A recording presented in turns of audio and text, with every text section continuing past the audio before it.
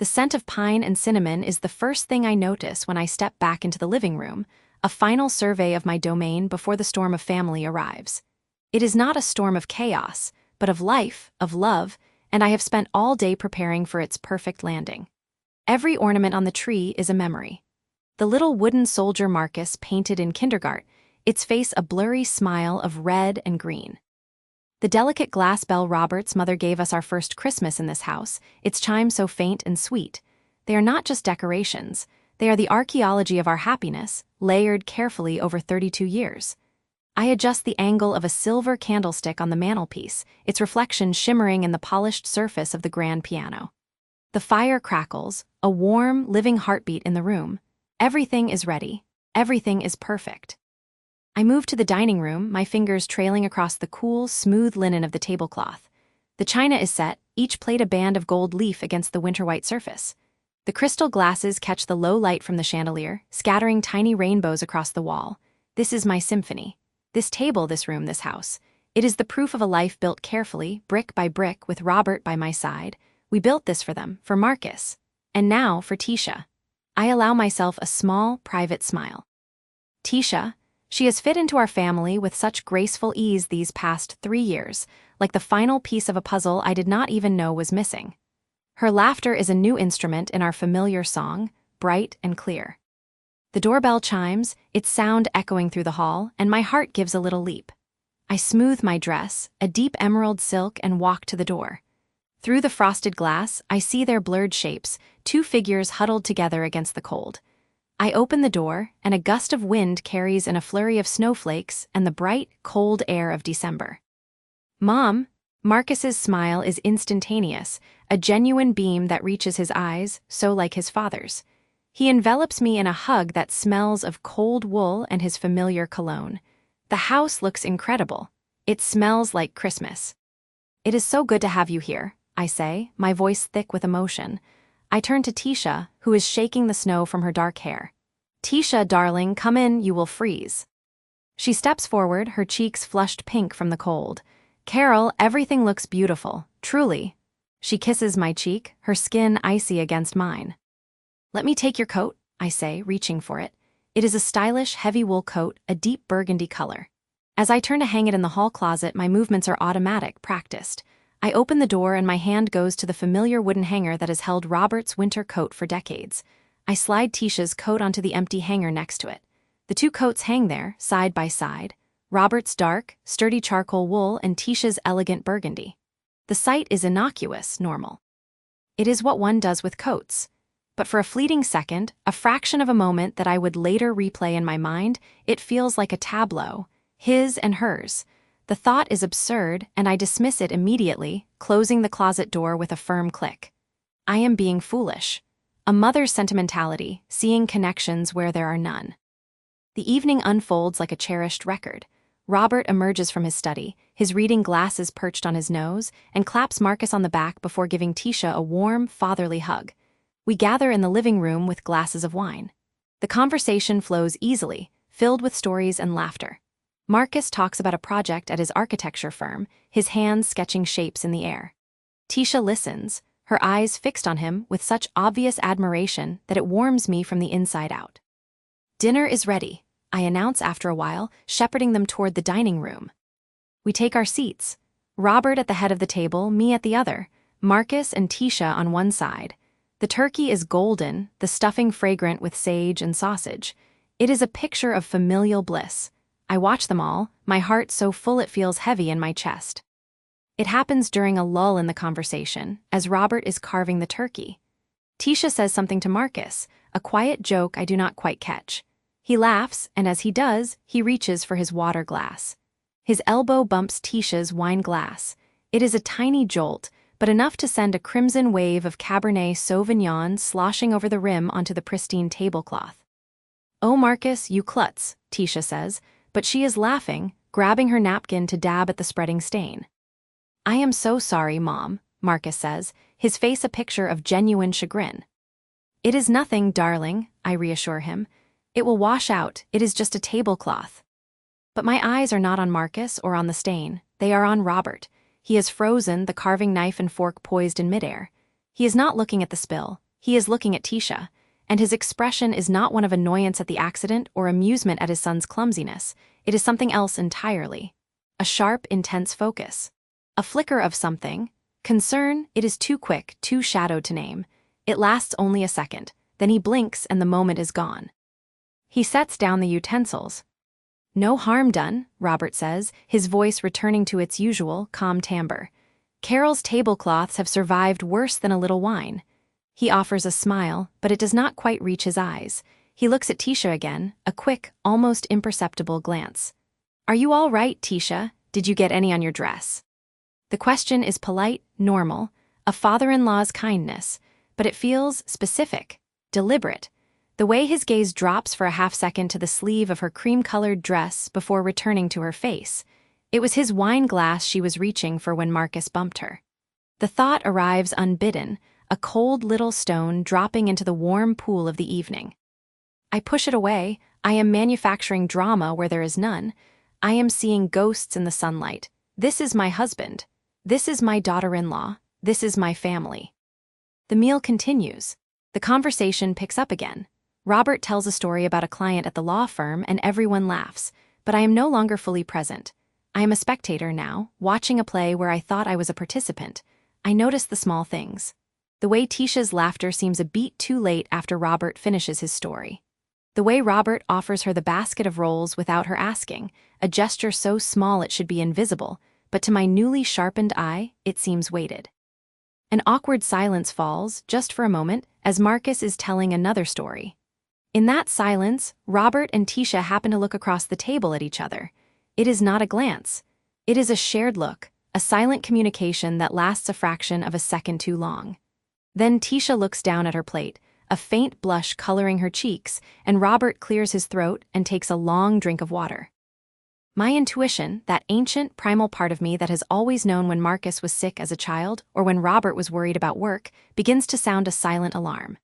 It is a low, insistent hum beneath the festive music, a chill that has nothing to do with the snow falling outside the window. I feel a cold unease begin to creep up my spine, inch by inch. I try to rationalize it.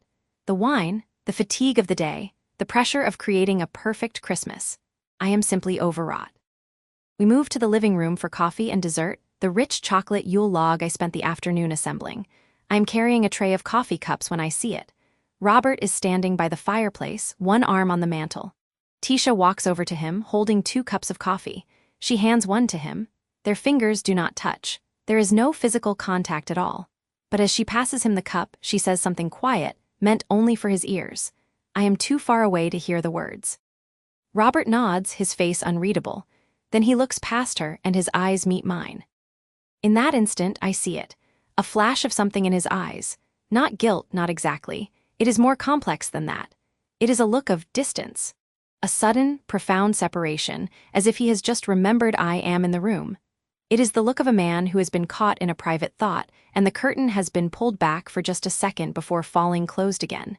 He gives me a small, tight smile that does nothing to warm the sudden chill in the room. I set the tray down on the coffee table, my hands trembling slightly. The laughter and conversation of my son and daughter-in-law seem to fade, becoming a distant murmur. All I can see is my husband's face, and the unsettling, silent space that has opened up between us, a space I do not understand, filled with a suspicion I cannot bear to name. The perfect Christmas I had so carefully constructed feels fragile now, like a soap bubble, shimmering and beautiful, but ready to pop at the slightest touch. And I am terrified of what might be left when it does.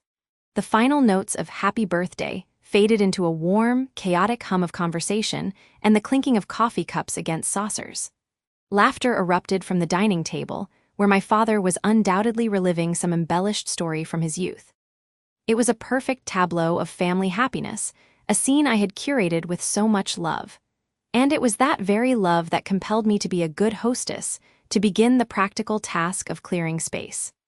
The pile of winter coats draped over the armchair in the corner had grown into a small mountain, a fabric monument to the celebration. I moved toward it, my movements automatic, my mind still luxuriating in the evening's success. I gathered the first few coats, my father's thick woolen overcoat, my mother's practical padded jacket, and carried them carefully down the hall to the guest bedroom. The second trip was heavier. I lifted Robert's familiar charcoal gray peacoat, feeling the weight of it, a weight I associated with his solid, reliable presence. Beneath it was Tisha's stylish camel-colored wrap coat, soft and expensive under my fingers. I hoisted the bundle into my arms, the rough wool of Robert's coat scratching against my cheek. And then it happened. As I turned to make my way back down the hallway, my face buried in the fabrics, a scent hit me. It was not the generic, cold air smell of outdoors. It was a specific, intimate fragrance. Sandalwood, rich, creamy, and undeniably expensive. My lungs seized. My feet rooted themselves to the hardwood floor. It was the scent I had chosen for Robert last Christmas, spending more than I should have on the small, heavy bottle because the salesman said it evoked warmth and sophistication. It was his scent. It was the scent that lingered on his pillow after he left for work, the scent I associated with the safe circle of his arms. But this was not emanating from his coat, which was now draped over my shoulder. This was rising, potent and unmistakable from Tisha's coat, from the nape of the collar where it would brush against her skin. The world did not so much slow down as it shattered into a million sharp, glittering pieces. The joyful noise from the dining room became a distant roar, a muffled soundtrack from another life. My heart was a frantic, trapped bird beating against my ribs. This is a mistake, my mind screamed, a logical, desperate plea. Perhaps he hugged her hello too warmly. Perhaps it transferred. But the scent was not a vague whisper. It was a declaration, woven into the very fibers of her coat, a scent that spoke of prolonged proximity, of intimacy. As if my horror had sent out a silent signal, I felt a presence. My eyes, wide and unblinking, lifted from the coat in my arms, and there she was, Tisha, standing at the end of the hallway, partially obscured by shadow, leaning against the doorframe that led back to the living room. She was not smiling, not exactly. Her expression was one of cool observation. She had been watching me. She had seen the exact moment the recognition dawned on my face, the moment my body went rigid with the shock of it. Our eyes locked across the dim space. For a long, terrible second, nothing moved. Then the corner of her mouth twitched. It was not a friendly gesture. It was a slow, deliberate, knowing smile. A smile that held no warmth, only a secret understanding. A smile that said, "You know." Then, without a word, she turned and melted back into the brightness of the other room. I stood paralyzed, the coats feeling like a lead weight in my arms. The knowing smile replayed behind my eyes, a silent film of betrayal. The foundation of my life, the very ground I walked on, had crumbled into nothingness. I mechanically finished the task, depositing the pile of coats onto the guest bed. The scent seemed to cling to my clothes, to my skin. I stared at my reflection in the dark window of the bedroom. I did not recognize the pale, wide-eyed woman staring back. When I returned to the living room, it was as if I had stepped onto a stage. The set was the same, the family, the laughter, the flickering candles on the cake, but I was now an audience member, separated by an invisible pane of glass. I moved to the sofa, a silent ghost in my own home. My body performed the motions of sitting, of accepting a cup of tea from my mother, but my entire being was focused on a new, horrifying reality. My eyes, once blind, now saw with a painful, crystalline clarity. They found Robert standing by the fireplace, one hand in his pocket, the other gesturing as he told a story. He looked so normal, so trustworthy, my husband. And then my gaze slid to Tisha, perched on the arm of the sofa near Liam, laughing at something my brother said. She looked vibrant, beautiful, and she was careful, so terribly careful. They did not look at each other, not once, but I could see the pattern now. When Robert moved to refill his drink, Tisha would shortly afterward find a reason to get up and stretch her legs. When Tisha laughed, Robert's shoulders would tense almost imperceptibly, as if the sound was a physical touch he had to resist. They were orbiting each other with a deliberate, practiced distance that was more revealing than any accidental touch could ever be. A memory, unbidden and cruel, flashed in my mind. Robert coming home late from work 2 weeks ago, explaining it was a last-minute dinner with a difficult client. He had smelled of rain and cold air, but underneath, I had thought I smelled a hint of his cologne, which I had found odd after a long day. I had dismissed it. Another memory, Tisha complimenting me on my choice of that very cologne for Robert at a barbecue last summer. "It suits him so well, Carol," she had said, her voice smooth as silk. "You always have such perfect taste." The words took on a new, sinister meaning. The conversation in the room swirled around me, but I could not grasp any of it. It was all noise, a mockery of the happiness I had felt just an hour before. I watched Robert's hand as he raised his coffee cup to his lips. I had held that hand for 15 years. I knew every line, every callus. Was that same hand that had touched my face, that had held our children, also touching her? The thought was a physical sickness, a cold nausea rising in my throat. I saw my daughter, Anna, curl up on the rug with a book, completely oblivious. My son, Mark, was challenging his grandfather to a board game. This home, this family, was everything to me, and it was all built on a lie. The pain was not a sharp stab, but a deep, relentless ache, a coldness seeping into my bones. The party began to wind down. Goodbyes were a blur of hugs and cheerful promises to do it again soon. I stood by the door, a smile plastered on my face, my body operating on a primitive autopilot. I felt Robert's hand on the small of my back, a gesture that usually felt like a sign of solidarity, of us being a team. Now it felt like a brand, a claim that was no longer true. I had to fight the urge to flinch away. When the last car pulled away and the door was closed, the silence in the house was deafening. The children trudged upstairs, exhausted and happy. Robert let out a contented sigh, turning to me. He began to speak, his voice a familiar comfort that now sounded like a stranger's. "That was a great night, do you not think? Your father really seemed to enjoy himself." He moved toward me, his arms opening for our usual post-party hug, a ritual where we would debrief the evening together. I looked at his open arms, at his face, which still held the ghost of a smile. And I knew, with a certainty that chilled me to my soul, that I could not let him touch me. The dam inside me was straining, and the slightest contact would break it. I took a small, involuntary step backward, my hands coming up not to meet his, but to cross defensively over my chest. The smile on his face faltered, replaced by a flicker of confusion. "Carol, what is wrong? You look pale." His voice was laced with genuine concern, and that was the most devastating part of all. The performance was flawless. I opened my mouth to speak, to give some excuse about being tired, but no sound came out. I could only stare at him, this man I had built my life with, and see the ghost of Tisha's knowing smile reflected in his eyes. The words were there, lodged in my throat, a terrible, suffocating truth. But as I stood there, trapped in the silence of my shattered world, I knew that once I gave voice to the accusation, there would be no going back. The life we had would be over. And so I said nothing at all, the unspoken truth hanging between us like a blade. The last car door thudded shut, a sound as final as a coffin lid closing. The engine purred, headlights swept across the living room wall, and then they were gone. The silence they left behind was not peaceful. It was heavy, a thick, suffocating blanket woven from the ghost of laughter and the acidic residue of my own performance. I stood at the window, my back to the room, to him, watching the red taillights disappear into the cold Christmas night. I could feel him behind me, a presence I had known for decades that now felt alien and dangerous. The house was a battlefield after the war. Plates smeared with gravy and congealed remnants of pie sat on every flat surface.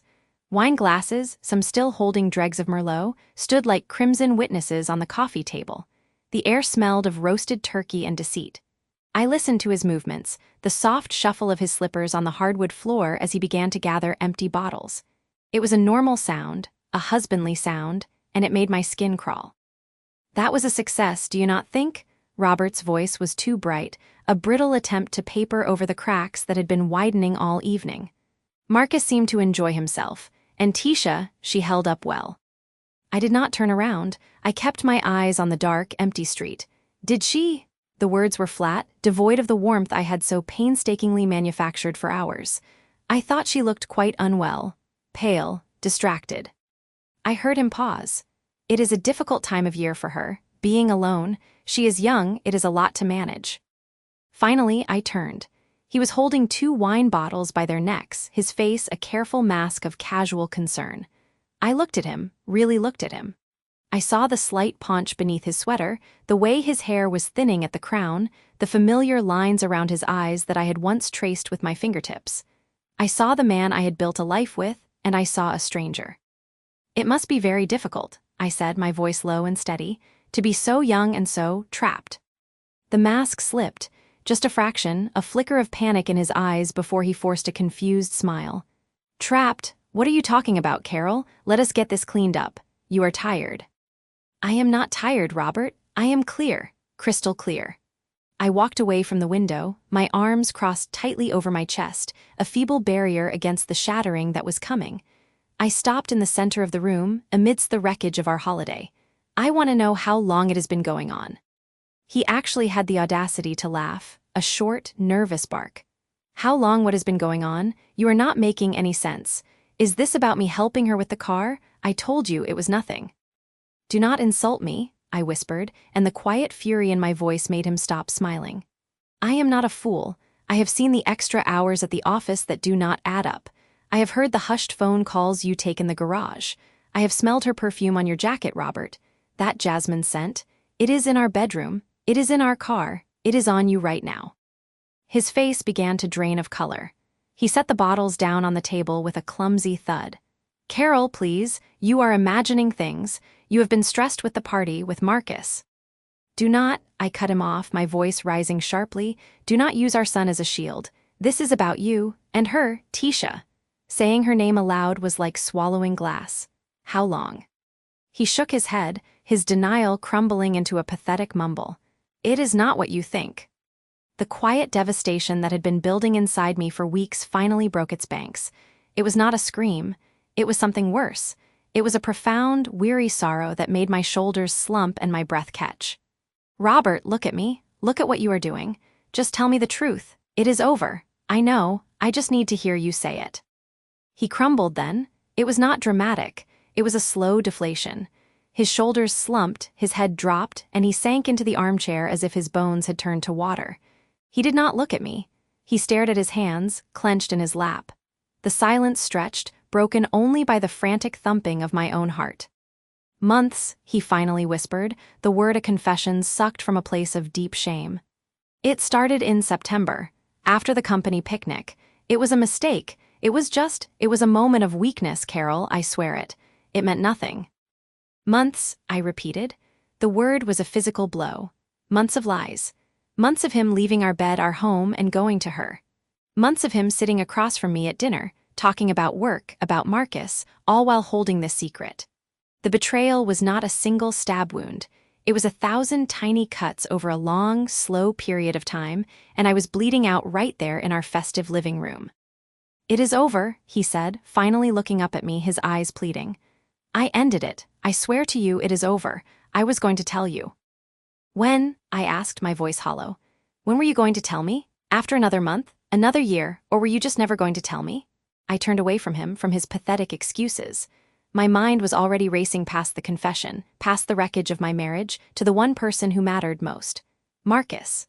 Our beautiful, kind-hearted son who adored his father and who had just spent an entire evening laughing with the woman who had helped shatter his parents' world. The agony of that decision was immediate and excruciating. Do I tell him? Do I burden my son with this truth, a truth that would obliterate his image of his father, that would tear his world in two? Or do I become a silent accomplice, a keeper of this terrible secret, to spare him that pain? The weight of it was immense, a boulder on my chest. I could not breathe. I walked out of the room without another word to Robert. I went upstairs to the one place I could think, the one person I could trust. I locked the bathroom door and leaned against it, my body trembling. I pulled out my phone. My fingers shook so badly I could barely dial. Tisha answered on the second ring. Her voice was thick, as if she had been crying. Carol, she sounded surprised, wary. He told me, I said, my voice stripped bare of any pretense. There was no anger left for her in that moment, only a desperate, shared need for the truth. Robert confessed. There was a sharp intake of breath on the other end of the line, then a sob, choked and miserable. I am so sorry, she wept. You have to believe me, I never wanted this. I never wanted to hurt you. You have been so kind to me. Then why, the question was a plea, why Tisha? He would not leave me alone, she said, her words tumbling out in a rush. After it started, it was like I was trapped. He is my boss, he said. He said things could be very difficult for me at the company if I tried to end it. He said no one would believe me. I felt so alone, Carol, I was scared. I listened, and a new, colder understanding began to form. It was not a passionate affair. It was something uglier, something that smelled of coercion and a profound abuse of power. Robert had not just betrayed me, he had preyed on a vulnerable young woman. The man I had loved was receding, replaced by a monster I did not recognize. "Meet me," I said, the idea forming fully in my mind, a desperate, necessary plan. "Tomorrow, the coffee shop on Elm Street, 10 o'clock, we need to talk." The next morning, the world outside was bright and cold, a cruel contrast to the storm inside me. I sat in a booth at the back of the coffee shop, watching Tisha walk in. She looked like a ghost of the vibrant woman I had met months ago. Her eyes were red-rimmed, her posture defeated. She slid into the seat opposite me, unable to meet my gaze. "I want you to know I am resigning," she said quietly, staring at her hands. "I will leave the city. I cannot stay here." "No," I said, and my voice was firm, decisive. "You are not resigning, you are being transferred. A new opportunity has come up, a better position in the company's branch in Seattle. It is too good to pass up." She looked up, confusion in her eyes. "But there is no position in Seattle." "There will be," I said, leaning forward. "Robert will create one. He will write you a glowing recommendation. He will ensure you have a job, a relocation package. You will leave with your career intact, not as someone who ran away." "Why," she whispered, "why would you do that for me after everything?" "I am not doing it for you," I said, and it was the truth. "I am doing it for my son. Marcus can never know about this. Never. If you disappear for a new job, it is clean. It is an explanation he can understand. If the truth comes out, I could not finish the sentence. The image of Marcus's face, crumpled in pain, was too vivid. This is the only way. We both walk away from this with a piece of our lives intact. We protect him." She looked at me for a long time, and I saw the understanding dawn in her eyes. We were not friends. We would never be friends. But we were now bound together by a shared betrayal and a shared, desperate purpose, to protect the one innocent person in all of this. We were accomplices. "Okay," she said finally, a single nod. "Okay." An hour later, I stood on my front porch, fumbling for my keys. The meeting was set, the pact was made. Tisha would be gone within the month, and a story would be crafted for Marcus. The immediate fire was being contained. But as I pushed the door open and stepped back into my home, the silence greeted me once more. It was a different silence now. It was not just heavy, it was complicit. Robert was upstairs, probably already on the phone arranging the fiction we had agreed upon. I had saved my son from the immediate blast, but I had condemned myself to a life living with the fallout.